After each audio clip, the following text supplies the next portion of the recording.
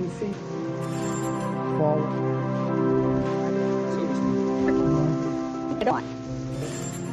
PC. Viewing. Forward. So to speak.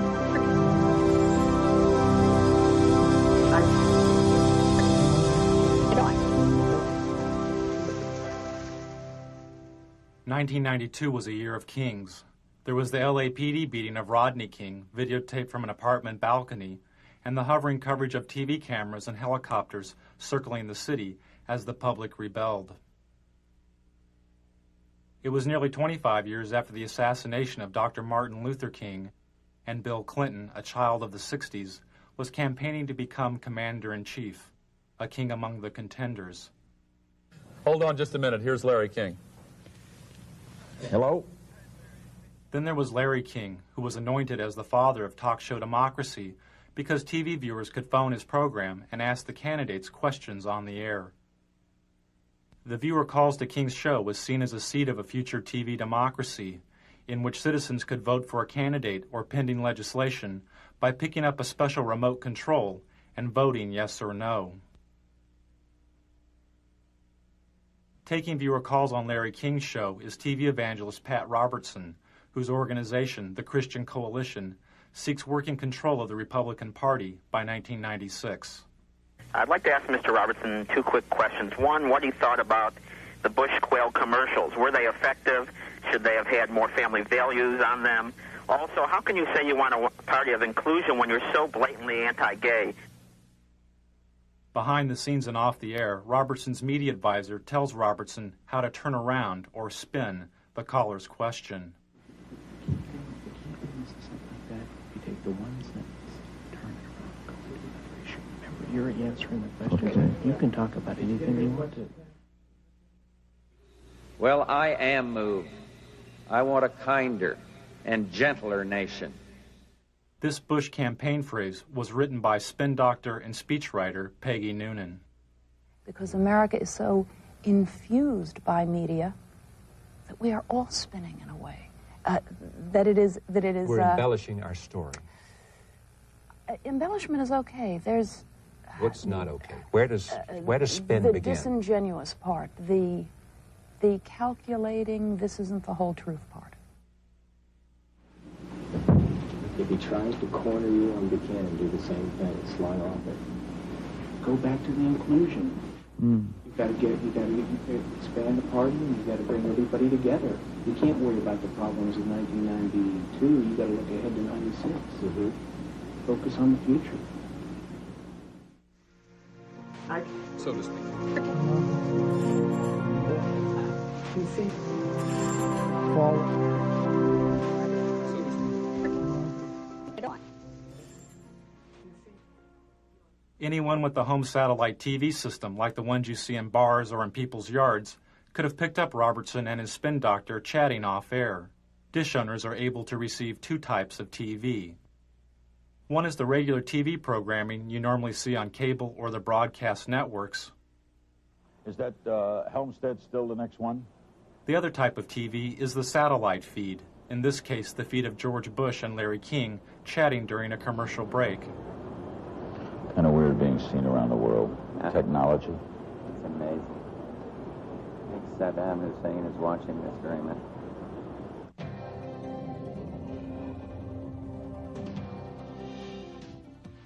Satellite feeds are used by the networks to transmit images of news events from around the world. An event covered by the network is transmitted up into space to a satellite. The satellite receives and retransmits the image of the event back down to Earth to the network's headquarters, where the video image is edited and contextualized as television.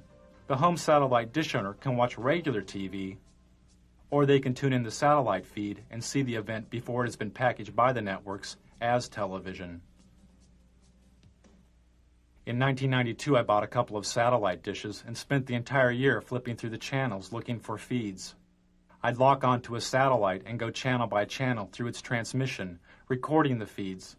Then I would move on to the next satellite, and the next one, and the next one.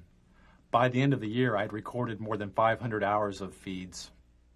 Don't put a lot of that garbage on it. What is this? Are we on the national Can we turn that on? I don't want to be on national television being discriminated on. We're just turning the camera away from him, so you can be made up. Some of the feed guests knew, and some didn't know, their images were being broadcast, unscrambled and visible, to over 3.5 million dish owners across North America. Those who knew they were being watched attempted to stay out of satellite TV's wide frame. But after spending hours a day inside of a television studio, television had become their home.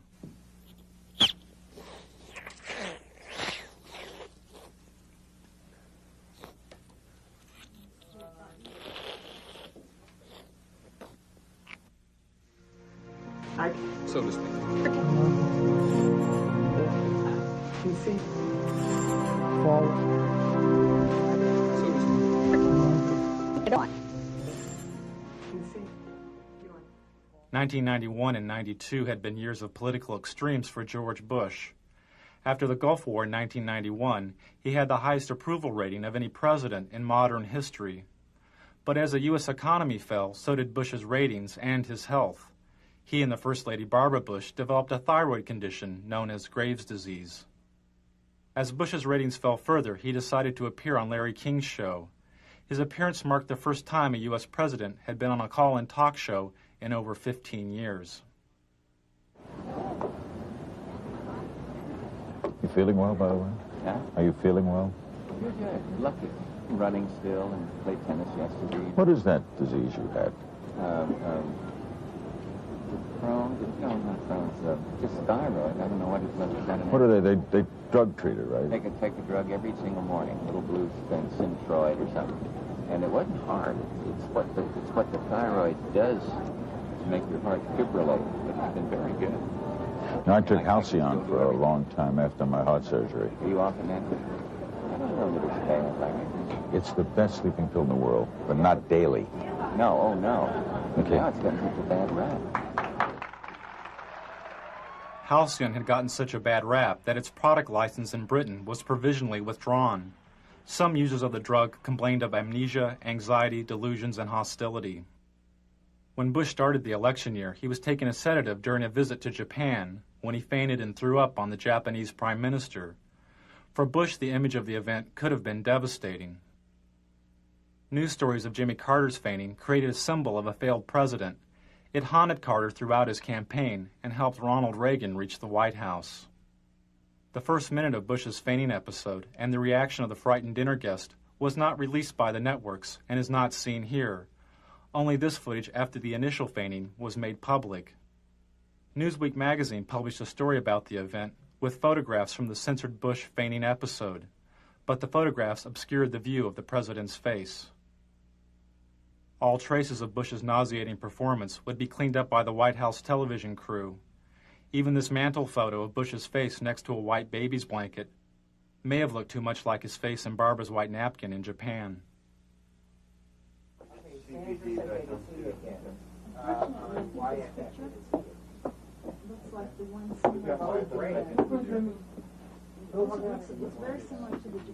You want to take one of Anna? You got it.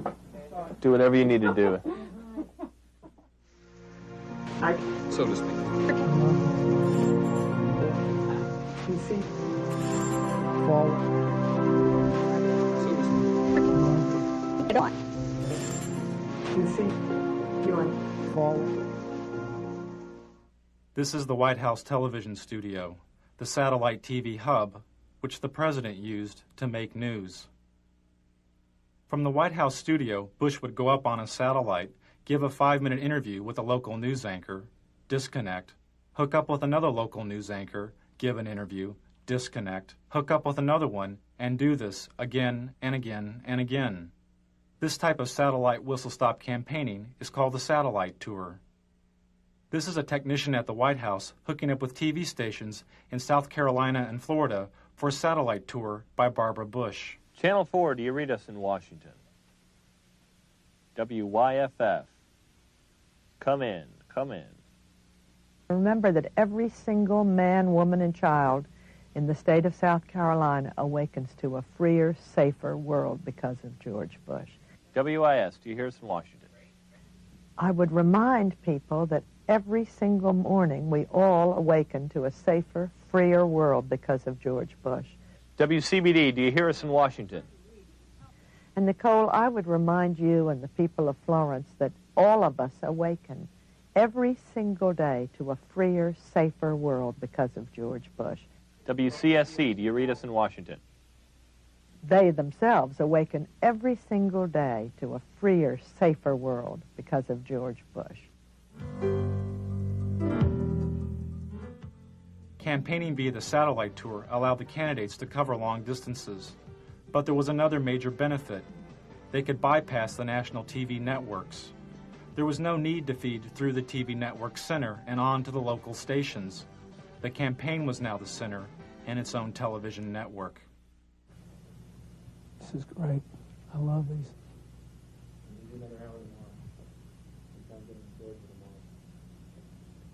Can we do any more? We do some Maryland. We do those two Maryland. Got to do some more in Florida and Texas.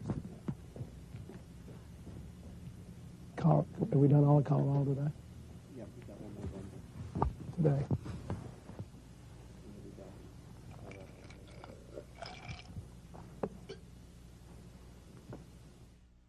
Another way the candidates made news was by creating their own TV news stories called the video news release.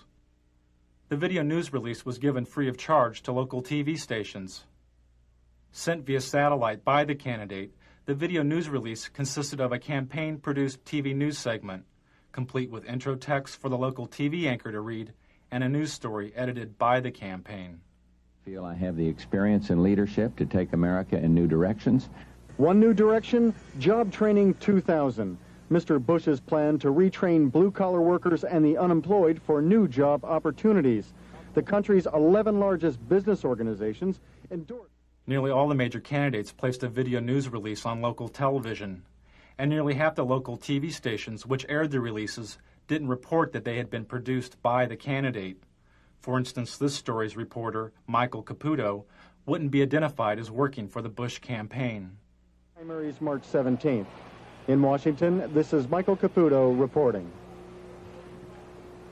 The campaigns had to pay out of their own pockets to produce the satellite media tours and video news releases. But their best and cheapest way of making news was through the TV talk shows. And the candidate's talk show of choice was CNN's Larry King Live, which made the front page of the New York Times 57 times during the election year. Before Al Gore was famous, Tammy, on his book tour, he drove over to Mutual Network all by himself, came up in that great Crystal City elevator. I still remember the day I became famous. Yeah. When your column in USA Today came out. On that thing, on that book. I always remember the card you sent me. For the networks, making news meant making profits, as the candidates made nearly 100 talk show appearances. Tell Bill if he'd do that thing in New York, it'd be terrific. He's so good at this. Clinton. Yeah, yeah. One of the problems with staying on the bus too long is the two of you guys are so good on media. Towards the end of the election, candidate appearances increased TV talk show ratings an average of 40%. You know what you ought to do? You ought to come out on the bus trip with us one day. We could do a joint interview from the bus. Larry King said the campaign ratings bonanza turned the election into a TV miniseries like Roots or The Thornbirds. We're out of time. You can invite us on the bus.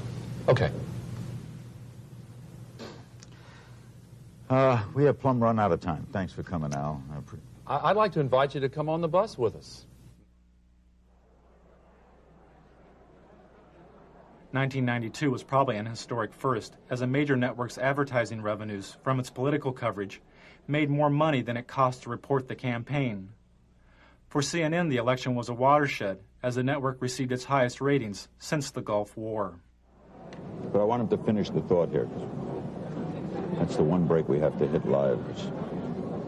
It's an around-the-world break. Hard to believe we're being watched in 151 countries. It's scary. I'm in Israel. I'm at the Wailing Wall. True story. Israel. Never been there before. There with my brother. I'm Jewish. It's my culture. Stand there as an old rabbi, davening.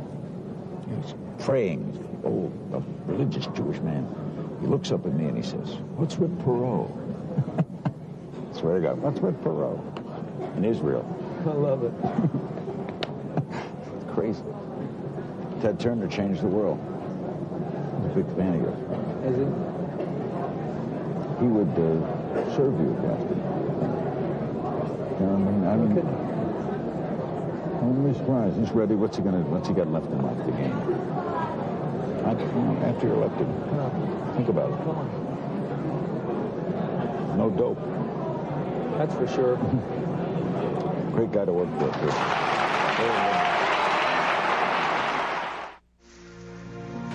So to speak. PC. Forward. So to speak. PC. Forward. So to speak.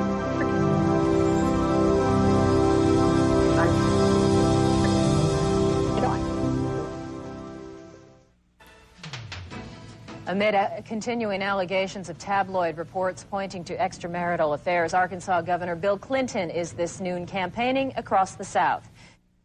Hello, Mike. Everybody in America who's had problems in their marriage, who either wound up divorced or who got back together, votes for me. I'm a shoo-in. Can you hear me? I figure if everybody in Maryland who's ever had trouble in their marriage and they're still together, or who's ever been divorced votes for me, I'm a shoo-in. Hello? And you know, if every American couple who's either been divorced or had problems and stayed married votes for me, I'm a shoo-in for re-election.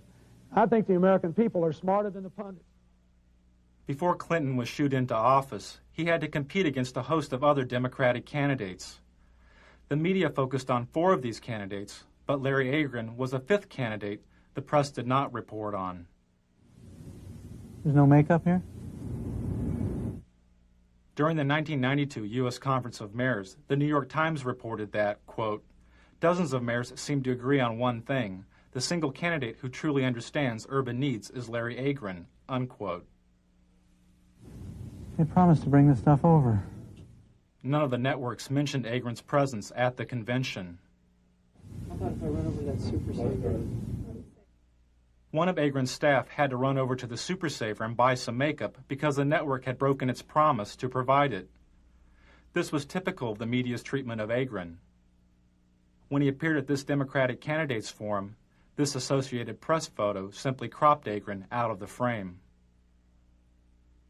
During the New Hampshire primary, the TV news reported the polling numbers of the top 5 Democratic candidates: Brown, Clinton, Harkin, Kerry, and Tsongas.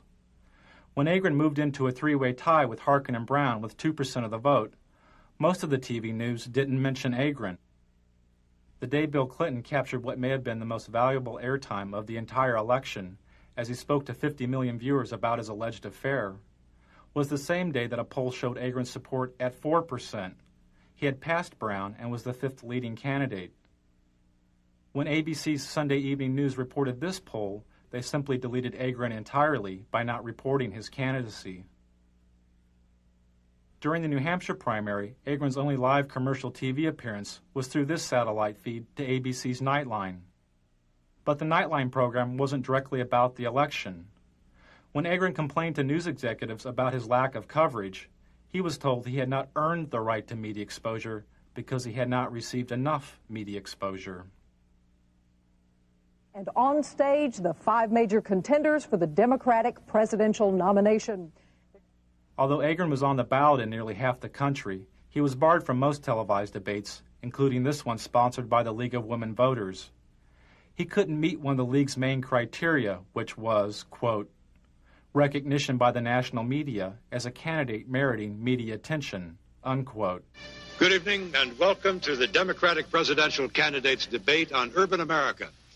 Agron wanted to debate on urban America, calling for a 50% cut in defense spending and the reinvestment of some of that money into America's decaying cities. We are going to be coming to you, live from Lehman College, and you'll hear a bit of a disturbance in the background, but we'll go on with that in any case. The disturbance is Larry Agron asking to be included in the debate so that he can explain his plans for defense cuts and urban revitalization.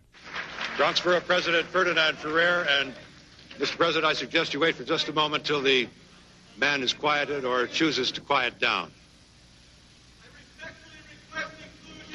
All right, Agron was quickly arrested. His court date fell on the first day of the Democratic National Convention. During this campaign, but very little said about the problems facing America's cities. Tonight, we'll change all that. Without media exposure and the debates, Agron couldn't quickly receive federal campaign funds, and his candidacy lost momentum. You look all right on camera. What's that? You look all right. There's no hot spots. Really? Okay. Well, you usually got a mustache that shows through here. Okay, why don't you go get some stuff, Mike? Oh, yeah. There we go. Campaign funds. The Democratic Party refused to include Agron in the debates or speak to the networks on his behalf. Agron talked about his exclusion, saying, "I've challenged my own party for its continuing complicity in Cold War thinking, Cold War rhetoric, and Cold War budgets." To restore order right now, there are 3,000 National Guardsmen on duty in the city of Los Angeles. Another 2,200 stand ready to provide immediate support. So to speak. You see? Forward. So to speak. On. You see? You're forward. Oh, what a beautiful morning. In 1992, the networks had their own solutions for urban decay. This morning we're here looking for solutions. CBS looked for solutions at LA's Martin Luther King Hospital. Well, a hospital like Martin Luther King can see more trauma than all of Western Europe does in a year. In fact, there's so much trauma there that the U.S. Army sends its combat surgeons there so they get a sense of what these very severe wounds were like. In fact, when I was in the Gulf War, a number of the senior combat surgeons had trained right here at Martin Luther King Hospital. Dr. Bob, thanks. Before he went on air, part of Dr. Bob's diagnosis was cut out because it was too obtuse. Yeah, sort of what's your impression? My impression is, you know, places like South Central LA, around the country, look more and more like real third world countries, or third world countries without the hope. That is, they have no medical care, they have no real economy, and yet in a third world country, it's developing. There's some onward development. There's some vision for the future. Well, your impressions of the medical care are you talking about? I think that gets too obtuse. How about if I were to ask about the level of the trauma care here has always been considered superior, has it not, to other parts of the country? Good. Yeah, 30 seconds. Yeah, it's the best, you know, Why gunshot. don't I say something like that? Okay. As the conditions of the cities became obtuse to the networks, they turned to the suburbs to render a verdict on the campaign. And later, eye on the campaign. You will see and hear some of the suburban voters who may very well decide this election.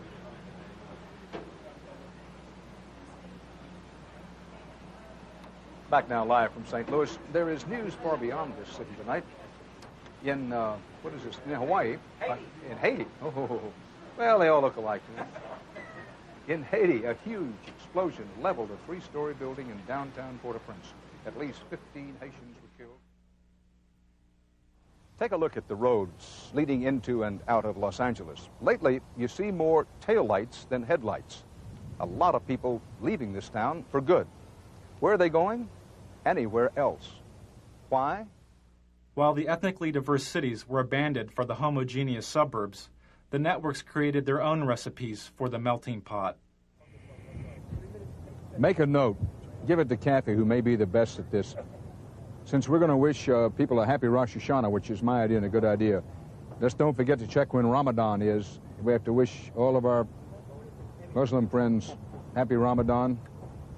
And then behind that, when you get to the Buddhist New Year, the year of the rat or the year of the monkey, whatever it is, we have to... got to be politically correct here, pal. After 4 Los Angeles police officers were found not guilty of assaulting Rodney King, the TV news moved away from the residents of L.A. and into the sky with 13 television-equipped helicopters. No justice, no peace. No justice, no peace. I'm sorry, we're still hung up in our court here. They're just marching up and down the streets, and they formed a big bulkhead here at the end of at the corner. The distant coverage in the sky was emulated on the ground by the scarce street reporters who tried to glide by without speaking to the protesters of the verdict. With the chants, no justice, no peace is what they're chanting. You can hear them now. We can still going here. Well, let's go. No justice, no justice, no peace. No justice, no peace. We ain't got nothing to say. Never change, people.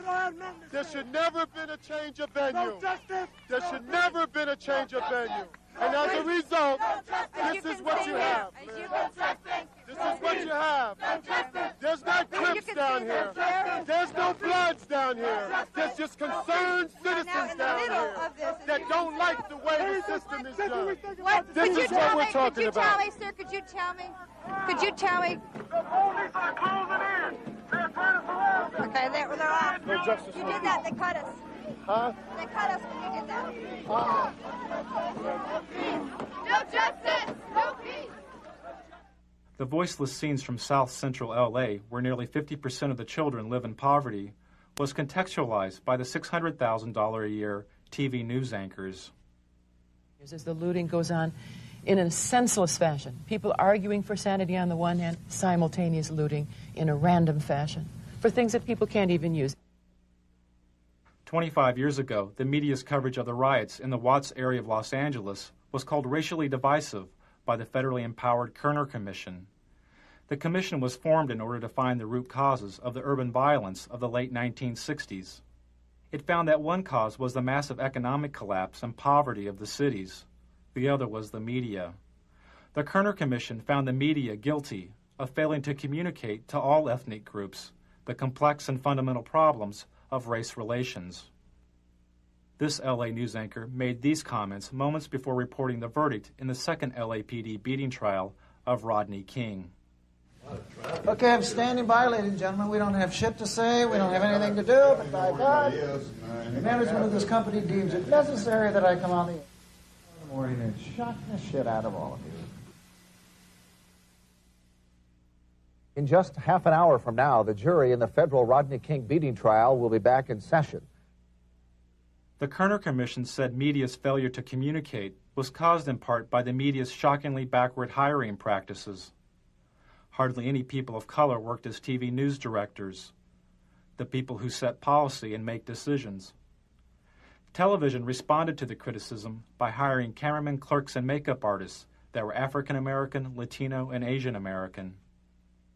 For each of these ethnic groups, the number of TV news directors is a few percentage points above zero since the Kerner Commission's verdict 25 years ago. You announced that they get rid of their gates tomorrow, and they'll stop tomorrow. You announced that. As the networks covered over the voices from L.A., the candidates told the story of their own. I felt anger. I felt pain. I thought, how can I explain this to my grandchildren? This was very effective. Yeah. What? Bush's story was great. No, and also when he talked about talking about Barbara and your kids. About How to explain this to my grandchildren was great. And given the fact that this is a presidential election year, it's also a challenge to the man who would challenge the president for the country's leadership. But if you can really tell one good story about you.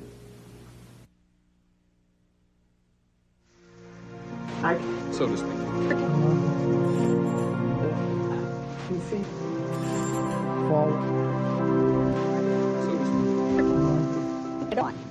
Of course, everyone knows the old rhyme. In 1492, Columbus sailed the ocean blue. We know his voyage took him to the New World, and his arrival changed the world forever. But beyond that, much about Columbus remains the subject of some dispute. During the celebration of the 500th anniversary of Columbus's discovery of the Americas, the only satellite feed I found with a Native American guest was this feed to a local morning talk show. The guest is a historian and a member of the Cherokee Nation. As you said he presided over death of 250,000 people. No, that wasn't at his own hand. That was others who followed him and disease and that sort of thing. No, he couldn't control. I'm talking about like his first 2 years here, 250,000. It's pretty well documented. He took his interpreters, he took his guides as slaves. He chopped off the hands of anyone over 14, any male over 14 who couldn't bring him gold. He took women as sex slaves for his men. Dr. Mattei, I want to thank you very much for coming by. Thanks for spending some time with us this morning on the Good Morning Show. You're welcome. That was brief. Okay. Hopefully painless, sir. The painful lessons of Columbus's past were never mentioned as the networks debated his legacy. Interesting debate. I'm not sure we've settled it this morning, but we appreciate trying. That's true. Thank you both. Thank you. And we'll be back with more of our special edition of Today on Governor's Island right after this.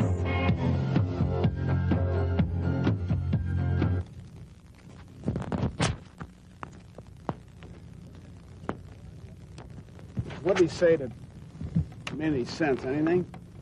They just, think that he ruined the paradise and had no respect for nature and treated the Indians like dog do and... What the hell does he know? 1 minute. Okay. So to speak. Can see. Forward. So to speak. I don't. Can see. Going forward. I think I'm pregnant. The woman on the screen is Murphy Brown, a fictional TV sitcom character.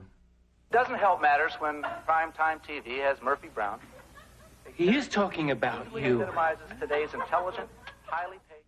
Vice President Dan Quayle blamed the LA riots on its citizens' lack of family values, instilled in part by the Murphy Brown TV character. He said it was not economic poverty, but rather a poverty of values promoted by the Brown character, which caused the burning of L.A. Highly paid professional woman, mocking the importance of fathers by bearing a child alone and calling it just another lifestyle choice. Politicizing sexuality was not new to Washington. I'm an executive producer. I'll just executive produce this baby.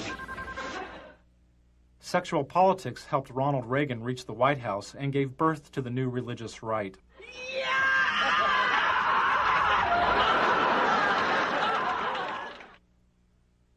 After the Republicans lost the presidency to Jimmy Carter, some conservatives theorized if the Republican Party would oppose abortion, they could split the strong Catholic voting bloc of the Democrats and elect a Reagan and Bush ticket to the White House.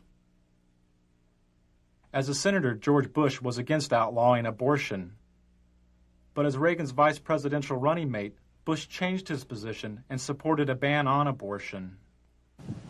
Well, you haven't given us any specificity about where you stand on it, Senator. In the past, particularly in the House of Representatives, you voted against federal funding for abortions, and that meant for poor women.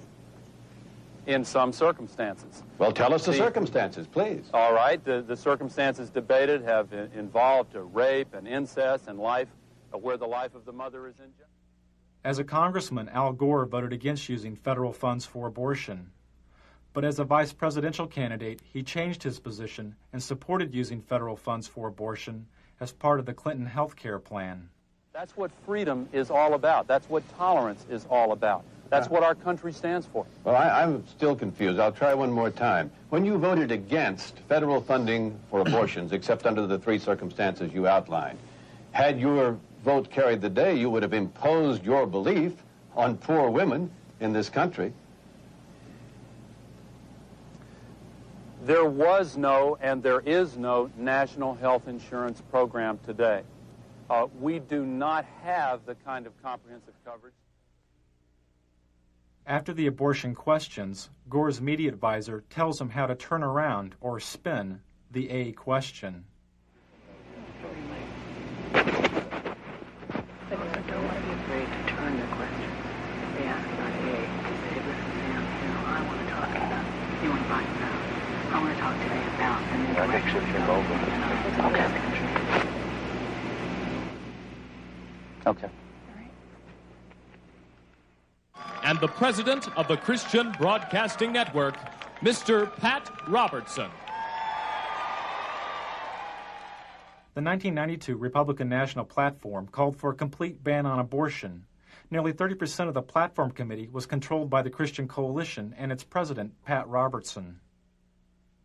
The goal of Robertson's Christian Coalition is to gain working control of the Republican Party by 1996. I have 2 television networks. I have 3 radio news networks. I'm starting Standard News. I have 50 reporters right now working for me that are very fine. Robertson's reporters work for his Christian Broadcasting Network, or CBN. Through the 700 Club, CBN News reports reach over 43 million homes in the U.S. Operation Rescue has targeted 5 abortion clinics in Buffalo for a minimum of 2 weeks of activities aimed at shutting the facilities down. In 1992, Operation Rescue was a top news story for CBN. A battle both sides vow to win. Andrea Francis, CBN News.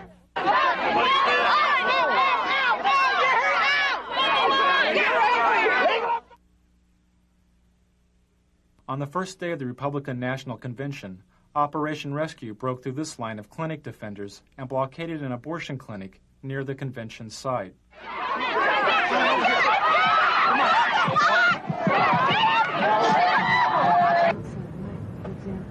That same day, Robertson had this discussion with a CBN staff person. I have sent word to keep that Operation Rescue. I don't want one word on this program this week about Operation Rescue. Well, we're not. We're not. I don't want it covered. I don't want to talk about it. And I want you to do it. That same morning, Republicans who supported women's right to choose an abortion held a rally in Houston led by Ann Stone. Ann Stone, that much rather. I mean, we felt like we should cover it as in Don't cover anything about the abortion debate any longer. It doesn't matter. They passed the platform. You need to get cameras covering our rally, our God. Oh, we're there. We're going to be there. And Does it start? And then you need cameras It's crunch shooting time for President George Bush. or me sitting in the vice president's box. Various things. You're going to be in the president's box? Both. Both. Okay. 5 minutes before. But I believe in objective news. I believe in balanced news. I don't want to slant the news. I just want to tell it like it is. How many cameras? Just camera crews do it. We have 2 here. Get 2 reporters and you stick those cameras in the face of anybody you want to and start asking questions. Hey, You Luke. want to ask a tough question, ask a Let tough them question. know Don't be right now nice. we haven't seen you. I mean, get out there. Don't even say who you're from. He doesn't show them. We'll just go from there. What do you think is the president of Texas? You think this thing in Operation Gulf, there might be a military gimmick? You think that's election? I mean, And then Pat will discuss with them you know what I'm saying? I mean, and cameras right in their face. Senator, go up and ask you a question. Boom. We'll do. We'll do it. If they want to play hardball, we play hardball. I'm That's not the sure at that hardest point of it's all. going to go on. Televangelists play some of their hardest ball at the expense of the gay community by using the AIDS crisis. 52, 796. It was a squeaker, but we made it. And the totals are going. By 1985, viewers were giving an estimated $100 million a year to Robertson's TV program. When televangelist Jim Bakker was sent to prison for mail fraud, and Jimmy Swaggart was caught with a prostitute, viewer donations to televangelism plummeted. A lot of broadcasters are gone. Some needed to, some it was financial pressure. Televangelist Jerry Falwell's ministry was nearly bankrupt. Then he sent out a fundraising letter which claimed AIDS-infected homosexuals were purposefully infecting citizens by knowingly giving their AIDS-infected blood to blood banks. In the fundraising letter, Falwell said, quote, "They know they are going to die, and they are going to take as many people with them as they can," unquote. His ministry was revived.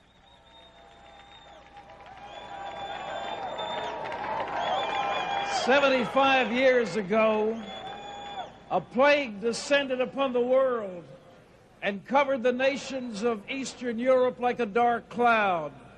But ladies and gentlemen, a more benign but equally insidious plague has fastened itself upon the families of America."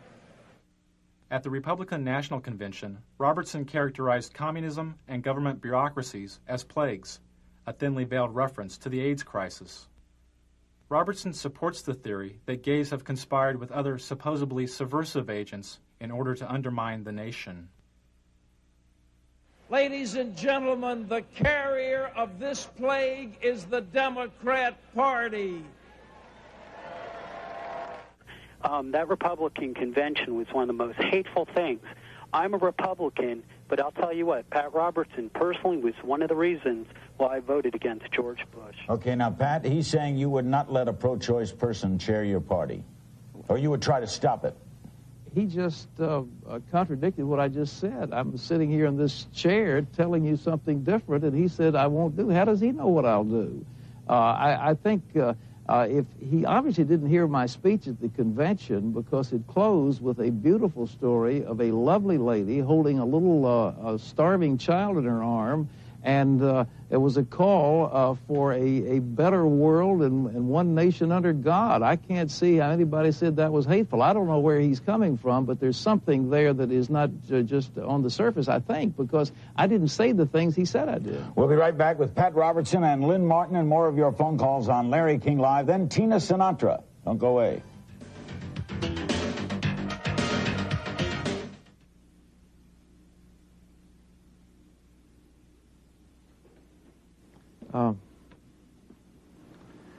That guy was on football. Yeah, sure alive. Eating gravel. You take the one sentence, turn it around, go to another issue. Remember, you're answering the questions. Okay. You can talk about anything you want to. Yeah. What's that? Did you get a good question? No. This last one is. The last one, I didn't get I it. said, who in the heck is screening these calls? I've had one person call him a bigot. I've had another person call him a zealot. Let's get some balance out there. Well, the last one. It's too late. The last one's okay, but the first three were all homosexual. I know. I've had this before. You can answer the question any way you choose to. I hear you. All right? Remember, so take it where you want it to go. Take it where you want it to go. I don't like the producer of this segment. Well, they were trying to set me up. That's what they told me. And that's what the Harris people told me.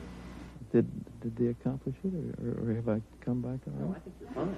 I think that I'm just very upset. Yeah. That they were trying to Well. it hasn't come across on your face as being angry. Oh, no, I'm not angry. Who's angry? You look good. Well, thank you. I think they'll be out of here in about another. I hear you. You're right. So to speak. You see?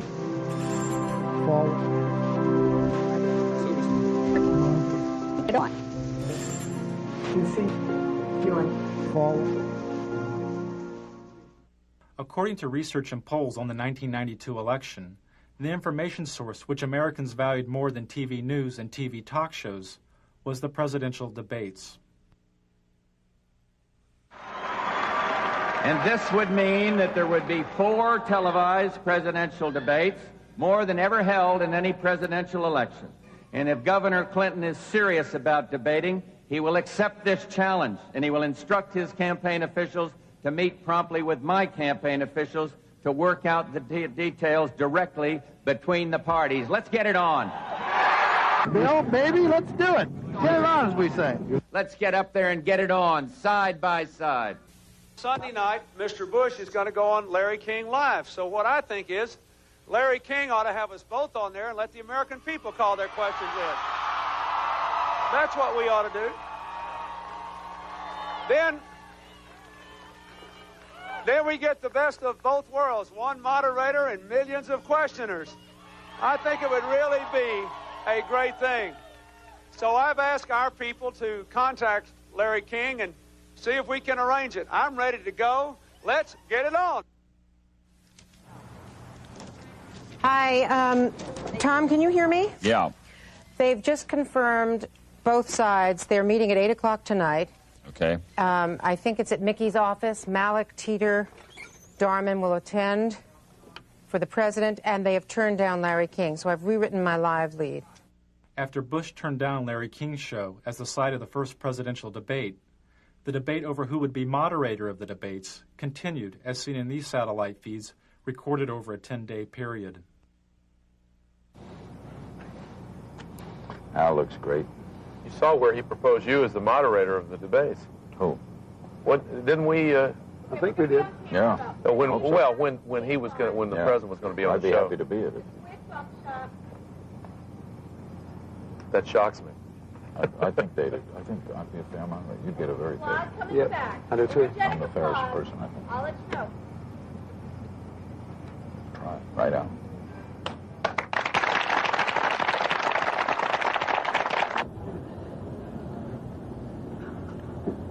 You're doing great. I will tell you. I'll be the first to tell you. Did they pick the journalists today for St. Louis? Mm-hmm. Did they pick the reporters? Not yet. Mm-hmm. Okay. Thanks. And I still think, you know, there's a lot of merit to that. Who's on Sunday night? Do we know yet? No, the moderator? I don't think so. We know yet. No, it hadn't been chosen. But you have input, they have input, Pro has input. That's correct. Right up my alley. That stuff's right up my alley. No one would get it in the edge. What's that? To be fair.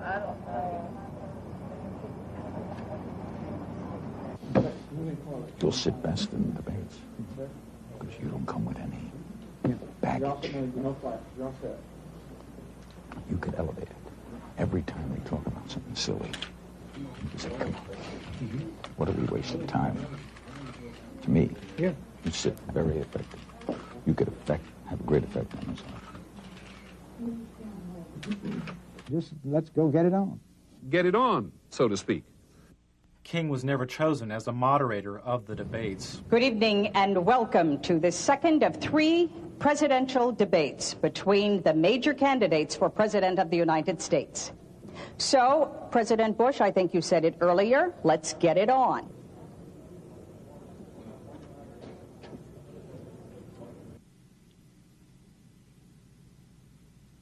Good morning. The latest presidential polls show President Bush is closing in on Bill Clinton in the final week before the election. One poll shows the two candidates are almost even. A CNN USA Today poll shows Clinton and Bush virtually deadlocked. 4 days before the election, George Bush made his final appearance as president on Larry King's show. What a night, what a finish. What a year for me. Huh? A year for me has been unbelievable. Changed the world. It's different. CNN poll today? Mm-hmm.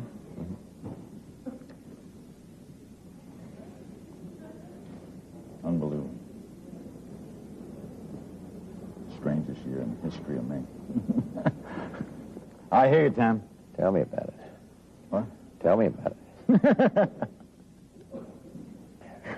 Hold on. God, I got a darn cold. Got a cold? Fever. Some of my brothers in the drug business. All the ones. Slight cold.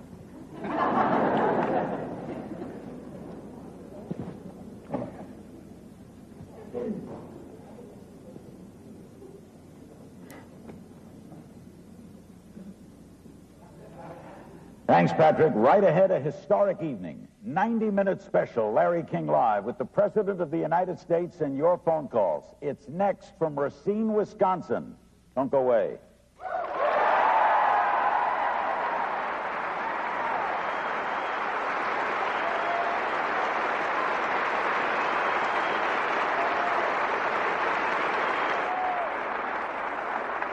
My brother's in the pharmaceutical business.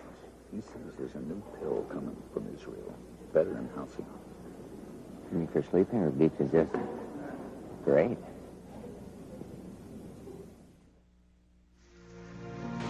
So to speak. You see?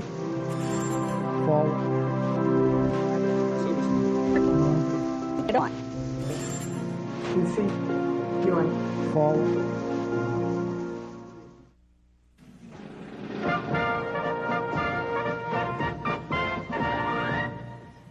We're back. It's now shortly after 9 o'clock in the east. Polls are still open in the west, of course, in the mountain time zone as well. Here's a winner in the Rocky Mountain states, Colorado, 8 electoral votes. Perot was a big factor, taking away... 3 years after Bush's defeat, the Christian Coalition tripled its active membership to 1.5 million members. Clinton's taken New Mexico, according to them.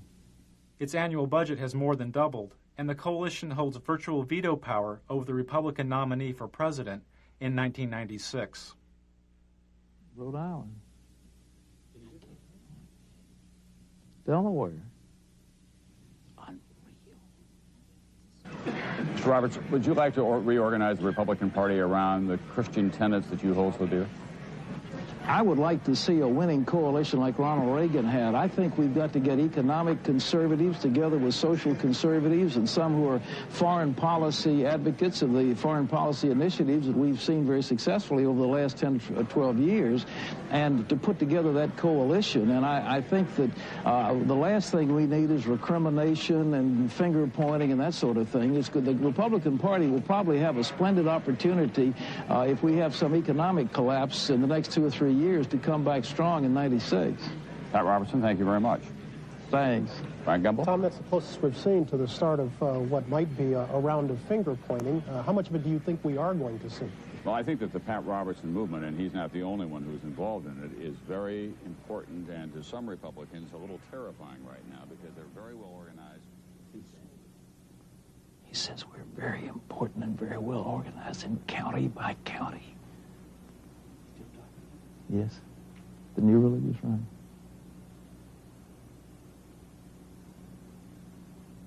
They'll organize out of sight of the conventional machinery and then go out and win.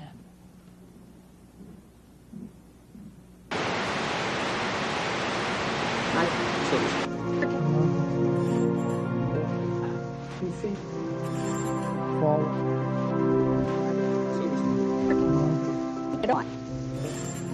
PC. Join. Forward.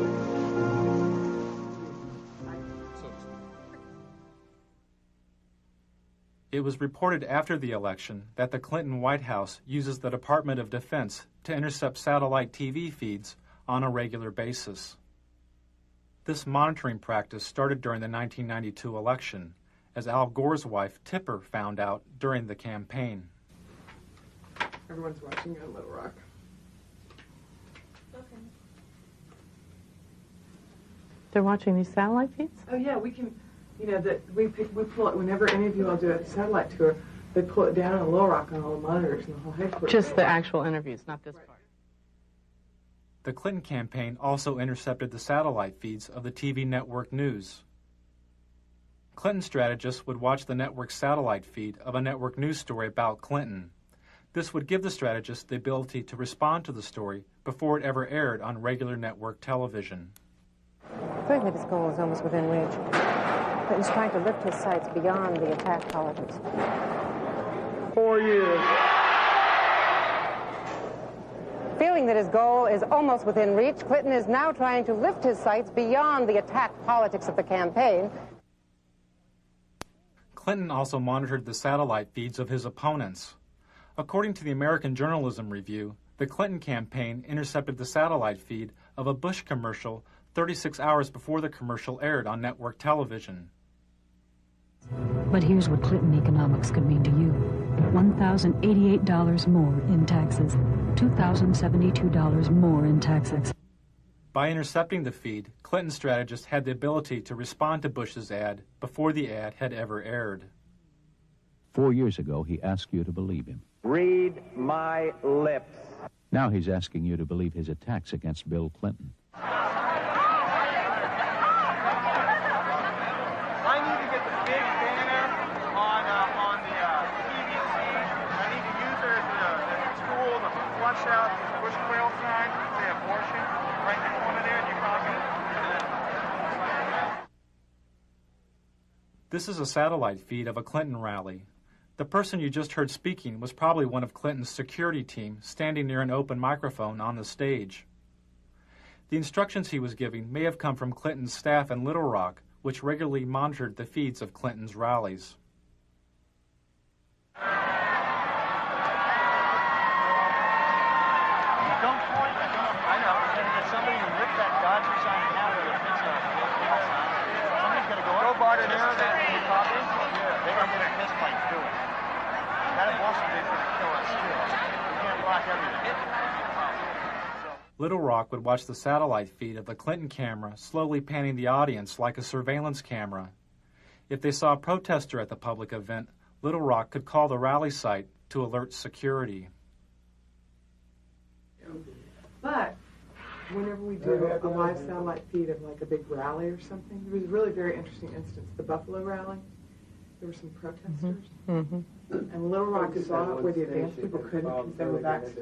So the desk, Dwight and those guys called the advanced people on the phone and said, no, walk 10 feet to the left. There's a sign and the camera shot there.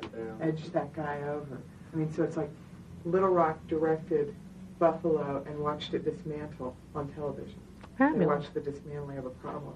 Right. And they, you know, where the advanced person is in a sea of 2,000 people, Little Rock was able to say, move to, I can see you on TV. Now go 2 people over to your left. It was really very fascinating. High tech. Yeah, that's good. So that's why when they said there are shadows on your face, that was Little Rock calling, saying the shadows on your face. Oh. See, everybody watches